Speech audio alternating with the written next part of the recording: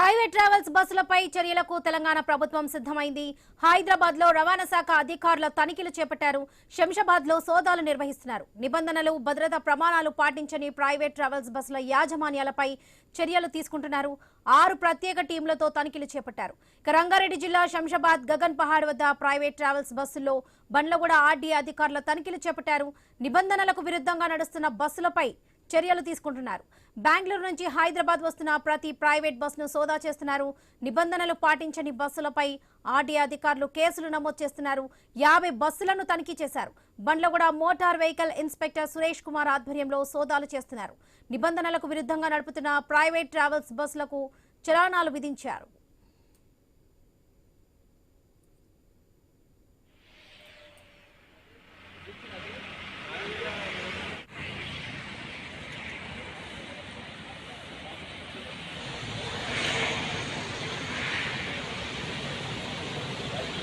Wonderful గా తయారు చేసింది manufacturing.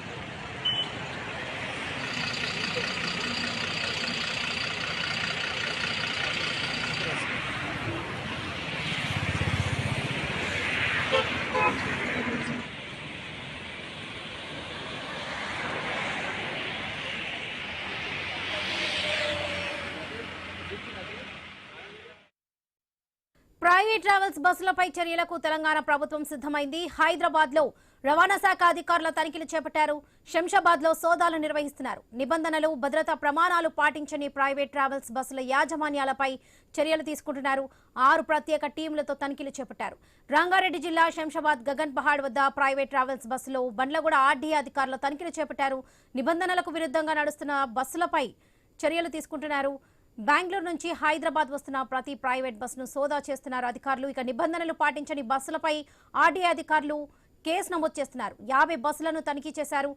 Bandlaguda motor vehicle inspector Suresh Kumar ఆధ్వర్యంలో ఈ సోదాలు నిర్వహిస్తున్నారు. నిబంధనలకు విరుద్ధంగా నడుపుతున్న ప్రైవేట్ ట్రావెల్స్ బస్సులకు చలానాలు విధించారు అధికారులు.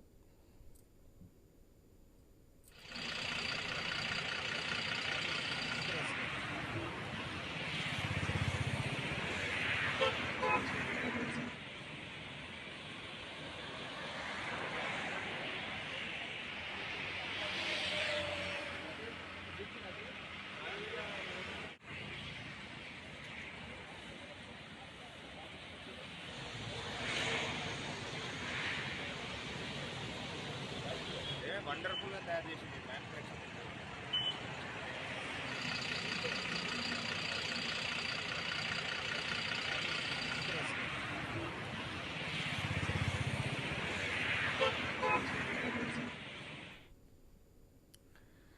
ప్రైవేట్ ట్రావెల్స్ బస్సులపై చర్యలకు తెలంగాణ ప్రభుత్వం సిద్ధమైంది. హైదరాబాద్ లో రవాణా శాఖ అధికారుల తనిఖీలు చేపట్టారు. శంషాబాద్ లో సోదాలు నిర్వహిస్తున్నారు అధికారులు. నిబంధనలు, భద్రతా ప్రమాణాలు పాటించని ప్రైవేట్ ట్రావెల్స్ బస్సుల యాజమాన్యాలపై చర్యలు తీసుకుంటున్నారు. 6 ప్రత్యేక టీంలతో తనిఖీలు చేపట్టారు. రంగారెడ్డి జిల్లా శంషాబాద్ గగన్ పహాడ్ వద్ద ప్రైవేట్ ట్రావెల్స్ బస్సులో బండ్లగూడ ఆర్డీఏ అధికారులు తనిఖీలు చేపట్టారు. ప్రస్తుతం మనం విజువల్స్ లో కూడా చూస్తున్నాం. నిబంధనలకు విరుద్ధంగా నడుస్తున్న బస్సులపై చర్యలు తీసుకుంటున్నారు అధికారులు. బెంగళూరు నుంచి హైదరాబాద్ వస్తున్న ప్రతి ప్రైవేట్ బస్సును సోదా చేస్తున్నటువంటి సిచ్యువేషన్ కనిపిస్తుంది. నిబంధనలు పాటించని బస్సులపై ఆర్డీఏ అధికారులు కేసులు కూడా నమోదు చేస్తున్నారు.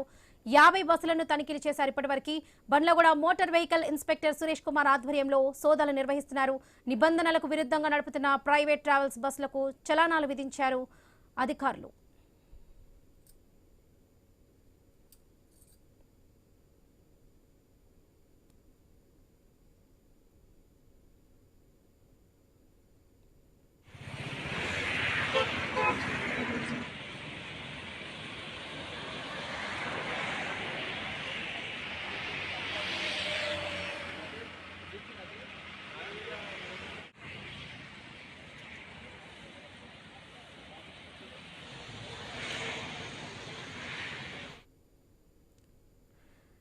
ప్రైవేట్ ట్రావెల్స్ బస్సులపై తెలంగాణ ప్రభుత్వం చర్యలు తీసుకునే సిచ్యువేషన్ కనిపిస్తుంది. ఇదే విషయానికి సంబంధించి పూర్తి అప్డేట్స్ మా ప్రతినిధి ప్రవీణ్ అందిస్తారు.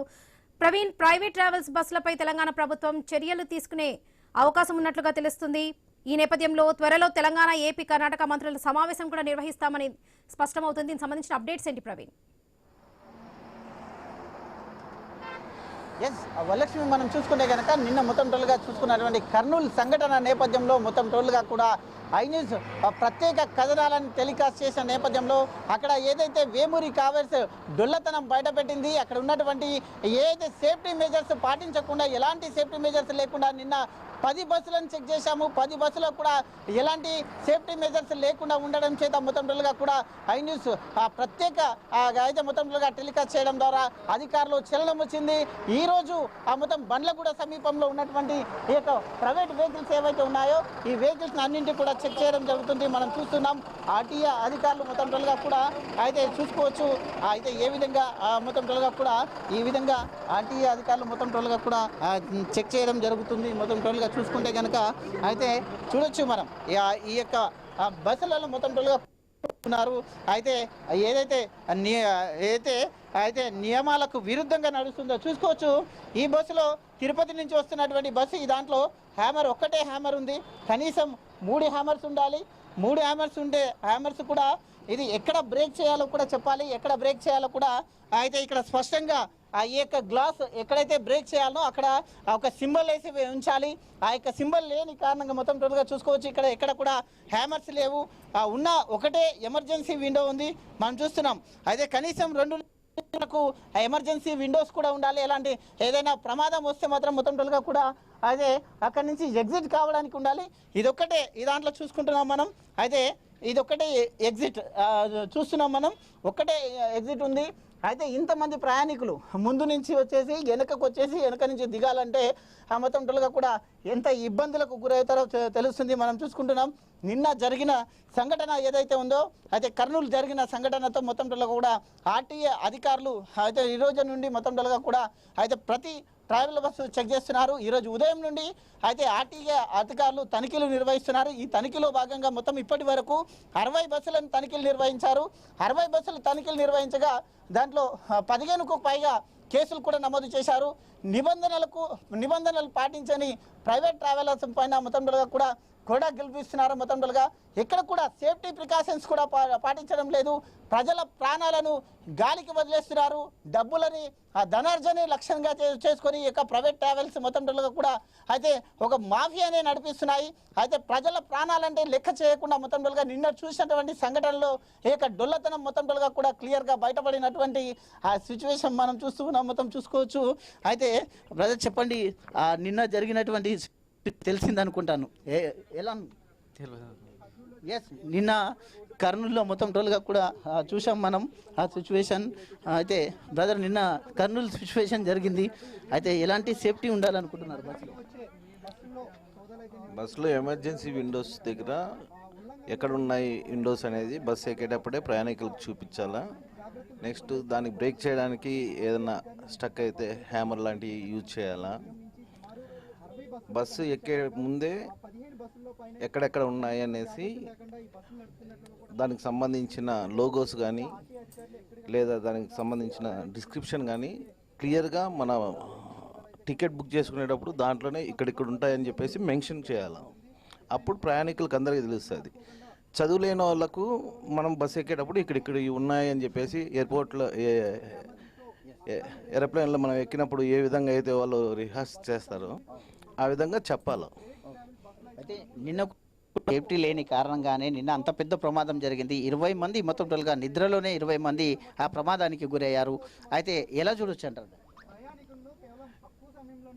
ఇది అన్ని బస్సుల మీద మనం చెప్పలేం, కానీ కొన్ని బస్సులు మాత్రము ఈ విధంగా డొల్ల రీతి ప్రవర్తిస్తున్నారు.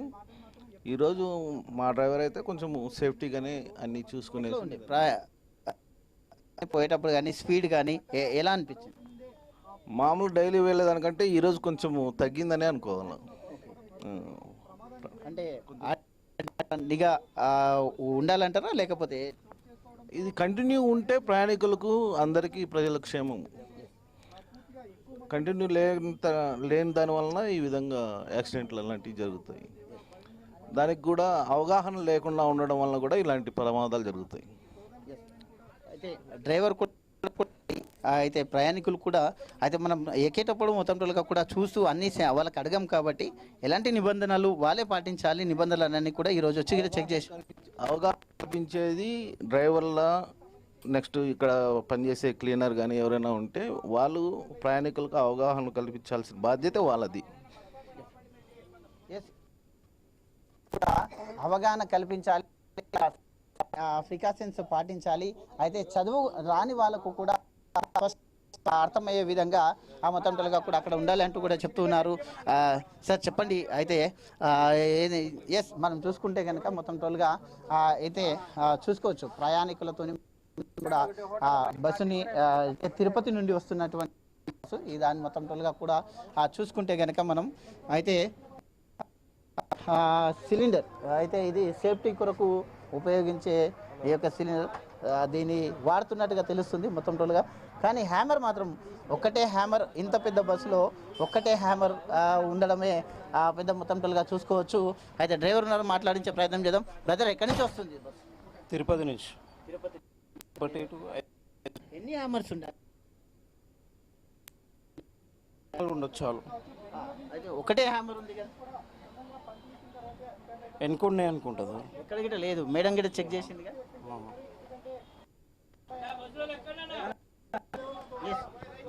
ఎస్ ఇది ఆ మొత్తం టోల్గా చూసుకుంటే డ్రైవర్కు కూడా తెలియదు, ఎన్ని ఉన్నాయో డ్రైవర్కు కూడా తెలియనటువంటి సిచ్యువేషన్ మనం చూస్తున్నాం మొత్తం టోల్గా కూడా. అయితే 3 అయితే నిబంధనల పైగా ఒకటే హ్యామర్ ఉంది. అయితే చూసుకోవచ్చినటువంటి బస్సు మొత్తం టోల్గా కూడా హ్యామర్స్ కూడా లేకుండా ఉంది. 3 హ్యామర్స్ ఉండాలి, ఒక్క హ్యామరే ఉంది. వరకు అది ఎక్కడుందో కూడా అయితే మొత్తం టోల్గా చూసుకుంటున్నాం. అంటే ఇలాంటి సంఘటనలు జరిగిన తర్వాత కూడా అధికారులు పకడ్బందీగా నిఘా పెట్టాలంటూ ప్యాసింజర్లు కూడా చెప్తున్నటువంటి దృశ్యాలను మనం చూస్తున్నాం. ఖచ్చితంగా ఎక్కడైతే ఆ యొక్క బ్రేక్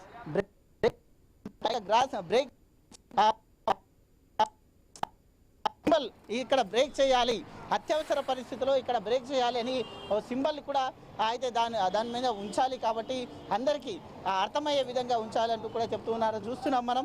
అయితే ఈ యొక్క బస్సుని తనిఖీ నిర్వహించి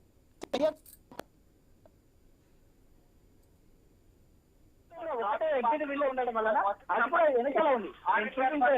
ప్రయత్నం కూడా చేస్తాను కానీ మొత్తం కూడా ఈ విధంగా ఒకటే ఎగ్జిట్ విండో ఉండడం వలన ఈ దాంట్లో ఉండేటటువంటి సుమారుగా 52 మంది ఉన్నారు. ఆ యొక్క 52 మంది ఏ విధంగా తప్పించుకుంటారు అనేది కూడా మనం చూడవచ్చు. ఇక్కడ చూసుకోవచ్చు.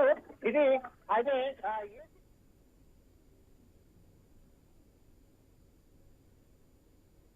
చూసుకోవచ్చు బస్సులో ఎక్కడ కూడా అయితే ఎమర్జెన్సీ విండో లేదు. చూసుకోవచ్చు ఈ బస్సుకు ఎక్కడ కూడా ఎమర్జెన్సీ విండో లేకుండానే ఈ బస్సు యథావిధిగా మూవ్ అవుతుంది. ఒక్కటి కూడా ఎమర్జెన్సీ విండో లేదు, ఒక్కటే ఒక ఎమర్జెన్సీ విండో ఉంది. ఒక ఎమర్జెన్సీ విండో ఇక్కడ ఉంది. ఎమర్జెన్సీ విండో అయితే చేశారు. అయితే దీన్ని సంబంధించి ఒక కేసు అయితే ఫైల్ చేయడం. మొత్తంగా చూసుకుంటే మాత్రం ఆర్టీఏ అధికారులు ఈరోజు ఉదయం నుండే తనిఖీ